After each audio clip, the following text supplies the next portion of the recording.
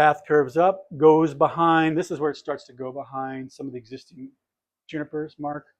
Goes along the fence between the junipers and the fence there.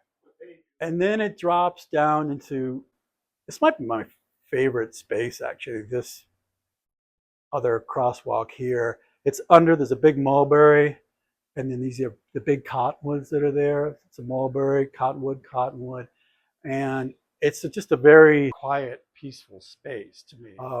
We used the columns, the old pilings that are stacked up right here currently on the site. They're 9 feet long. We're going to put them vertically into the ground and have about 4.5 feet above the ground. And they are hidden behind, but so there's this crescent. Yeah, they're under the trees. There's this crescent of lawn here. And then there's 12 pilings that form the back of the lawn. Concrete, 15 inches in diameter, vertical. They're the old piers that they have for the wooden platform. Yeah, it was the temporary Metra platform. So that's another thing that Mark and Steven did. Mark calls me up a year and a half ago. Hey, Dave, they've got these pilings and they want to donate it to them. So, and we don't really have the budget to pour concrete around those 12 columns. And so the design, the specifications are to put packed aggregate under and then around them to just keep them stable. So they're going to be about 4.5 feet above ground. See where the blue lines run in the front here?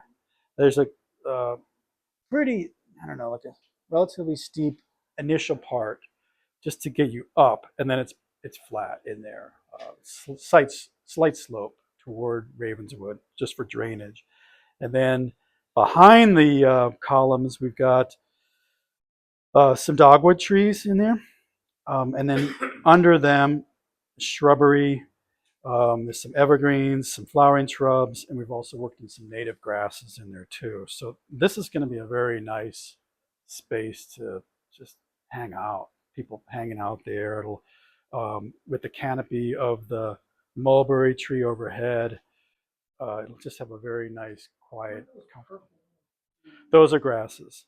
Yeah, that's a panicum grass. It's an upright grass, so it'll contrast nicely with the lower evergreens. It'll be there spreading evergreens. Is that a big cottonwood on the north? Yes. Oh, sorry, that's the mulberry. So mulberry here, north end of it, big cottonwood, a little farther north, and another big one here, right here. Any more questions about that area? Okay, so then, and same thing with the Perotea here. The Peroteas will do a nice job of also enclosing this space, creating a canopy between that space and the street. So then you're going up again here. And this is, the canopy over this area is more than it looks like on the drawings here. These canopies are large. This is what we were calling earlier cottonwood lawn, because that's what it is. So it's a big, just simple lawn area.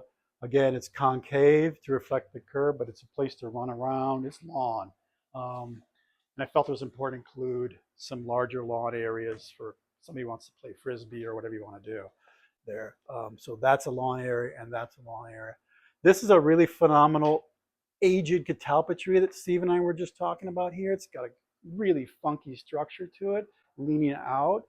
So the path cuts under the branching, kind of comes out this way. The path will come under the branching as you move up through there. Okay, so lawn area, cottonwood, aged catalpa tree, a couple either junipers, existing junipers, or existing Japanese lilacs. I'm not sure, I can't remember what they are. Path goes up again, and then it does a descent to the North Crosswalk here at Ainslie. It's coming downhill.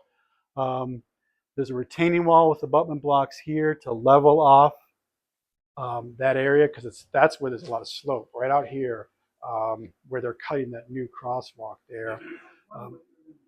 Yeah, that's an interesting spot. So comes down flat to the curb, and then it goes up and joins the existing Winnslie Parkway here. And we just worked in a variety of evergreens in here to give it some texture and color difference and structure difference. So these are, some of them are narrow columnars, some are a little wider columnars, but to give you some height there, intermixed with the existing taxes. So we're leaving this space pretty simple. We're just working some plants in, putting that retaining wall here. The retaining wall also is highly functional because it's retaining the vault that Randy mentioned there. There's a utility, I think it's fiber optic vault that's about 2 feet above the curb. So we're using 2 layers of stone here to retain that, to keep it in its place. Yeah, that's a Swiss stone pine, one of my favorite trees. You don't see them very often. They're on the 606, throughout the 606, and they have their needle's very long. It's got little white streaks in the needle on the underside, and it just sort of grows up like a big, tall, up sort of uplifting branches on it. Yeah. Yeah, so it's the evergreen. We call it the Evergreen Garden. That's really what it is. And I didn't, one of the other things that we were trying to do is work with as many of the existing trees as we could, the ones that are healthy, and the shrubs that are healthy. We're keeping them. The ones that are obviously not in good shape, they go. So there's a lot of nice English yews up in here. There's no reason to remove them. So we're just complementing them with some other plants. So that's it. It's a variety of spaces as you move along. Each entry point is different. So I think there'll be a lot of, there's a potential for sort of a connection between the people that live over here and their entry point. Because that's going to have that's like their front door. It's going to have a unique character that sets apart from the rest of it. Yeah. Any questions?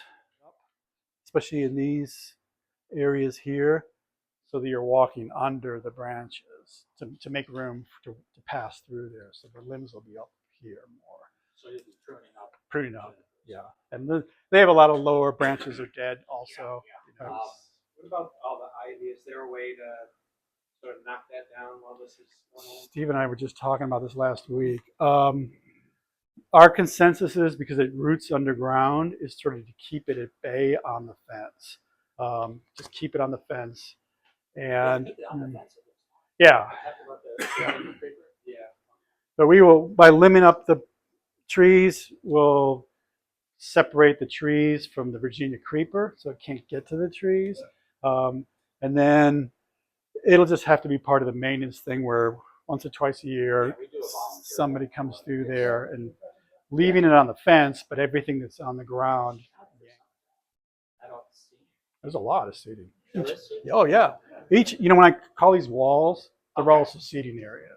So seating.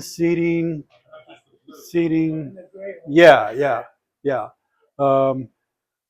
We did have a order of priority with that, and the order of priority is retain first to create the movement, to allow for the movement, and then what's left can be, stones just randomly placed. We just want the Adirondacks. I saw some great built-in Adirondacks on the 12 Mile. Did you really? They did really good model. Okay, yeah, they're great. It'd be really fun, bolt them down so you can't take them, and they're just very comfortable. And you can work them in all over the place. So anyway, just a thought. This looks amazing. Thank you. Yeah. Thanks. Can you give him a round of applause? Yeah. Thank you.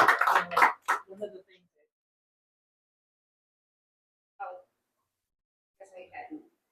I can talk about that a little bit if you want to. Yeah. So I'm just the conveyor of information. I'm not the complete streets designer, but so there's a protected bike lane here that comes down from Winnemac. So Winnemac, is up there. That's a protected bike lane structure running through there. So right. So, and these are traffic calming tables, elevated crosswalks that go up about 6 inches and they're level and they go back down. So I think you're going to see a huge change in just the speed level of the cars and the noise, because cars are going to be going slower. So it's the character of this is going to be completely different. Matt Martin's office and the biking advocates pushed this really hard, and it was really a seizing an opportunity. And that's kind of how this project happened, is they recognized there was a problem for cyclists and they were biking against the traffic, biking south against the traffic. It was dangerous for everybody involved. So it just really created this unique opportunity of win-win-win, where they could do this, do the street work, create the additional green space, bring in the funding for this. So it was, it's like 5 wins. Everybody wins. So. Yeah, we'll do that. I just wanted to talk about what happens next. Yeah. So we are developing the scope of work. We have the construction drawings finished. These aren't the drawings. These are just, handouts. So we have a construction drawing set, and we'll develop the scope of work for the contractors probably this week or early next week, put it out to bid. And then because we're going to have bare soil sitting there, we're going to try and move it along. We're going to have bare soil where they're going to fill in. So our goal is to get as much of this built this fall as possible. And that might just be the grading and the stonework. So the path and the stonework. Tree availability might be a little harder. It's kind of tapers off as the year goes on. Yeah. So some of the major plantings might have to wait. Some of the plantings may have to wait till next spring. We'll just see. Everything that's existing where these trees are, so the trees and daylilies, we're keeping. And they'll be much better putting stuff up. Yeah, we'll give them more light. Again, we're just sort of using what we have because of we have a fixed budget, construction budget. We cannot exceed the construction budget. All right, very good. Thank you, David. Yep, Stephen. Well done. Thank you. Yes, sir.